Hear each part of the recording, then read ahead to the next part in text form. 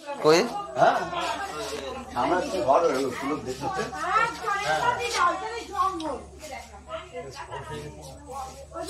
আবার সামনে যায়। আচ্ছা ঠিক আছে দাদা সরে যাও, এবার বেশি বেশি ডিস্টার্ব হলে কিন্তু লাভ মারবে।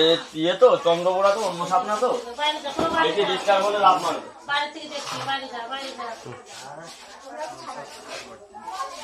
চলো ঠিক আছে, তো রেস্কিউটা কমপ্লিট করে নি।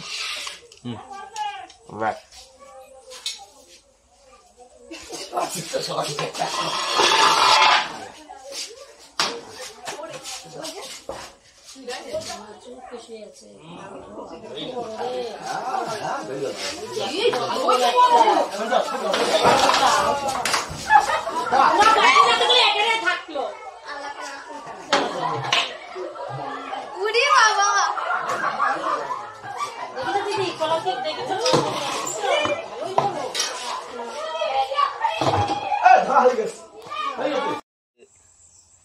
আবার রিলিজের জায়গায় চলে এসেছি।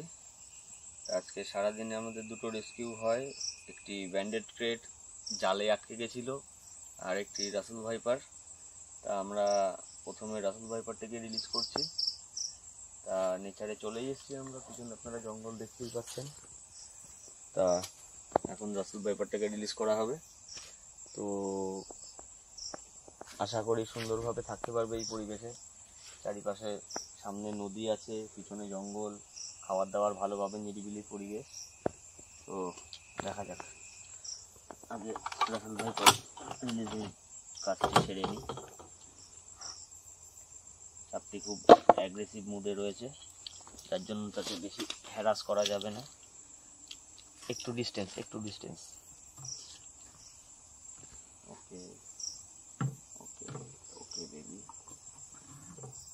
Come out.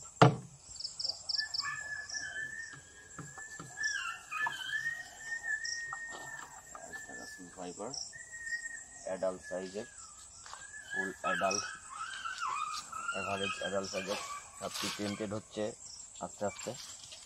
এই যে তার লেজের মুভমেন্টে বুঝিয়ে দিচ্ছে, অনেকটা র্যাটেলের মতো লেজ র্যাটলিং করছে, যদিও এদের লেজে আওয়াজ হয় না, র্যাটেলের মতো। এই যে কেমোফ্লেজের মাস্টার, কেমোফ্লেজটা এইভাবে যদি পড়ে থাকে কেউ বুঝতেই পারবে না জঙ্গলের মধ্যে। এই যে সুন্দরভাবে সাপটি চলে গেল।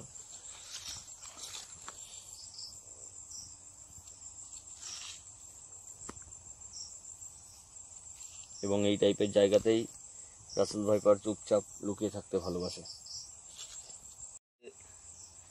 আবার রিলিজের জায়গায় চলে এসেছি।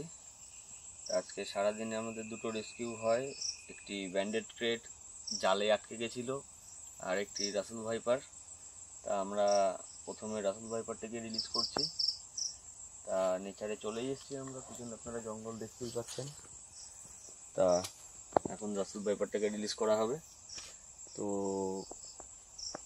আশা করি সুন্দরভাবে থাকতে পারবে এই পরিবেশে। চারিপাশে সামনে নদী আছে, পিছনে জঙ্গল, খাবার দাবার ভালোভাবে নিরিবিলি পরিবেশ। তো দেখা যাক, আগে রাসেল ভাইপার রিলিজের কাজটি সেরে নিই। সাপটি খুব অ্যাগ্রেসিভ মুডে রয়েছে, যার জন্য তাকে বেশি হ্যারাস করা যাবে না। একটু distance okay okay okay baby, come out.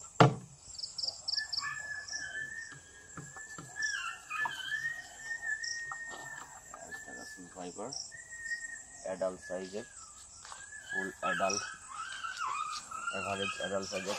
সাপটি টেন্টেড হচ্ছে আস্তে আস্তে। এই যে তার লেজের মুভমেন্টে বুঝিয়ে দিচ্ছে, অনেকটা র্যাটেলের মতো লেজ র্যাটলিং করছে, যদিও এদের লেজে আওয়াজ হয় না, র্যাটেলের মতো। এই যে কেমোফ্লেজের মাস্টার, কেমোফ্লেজটা এইভাবে যদি পড়ে থাকে কেউ বুঝতেই পারবে না জঙ্গলের মধ্যে। এই যে সুন্দরভাবে সাপটি চলে গেল।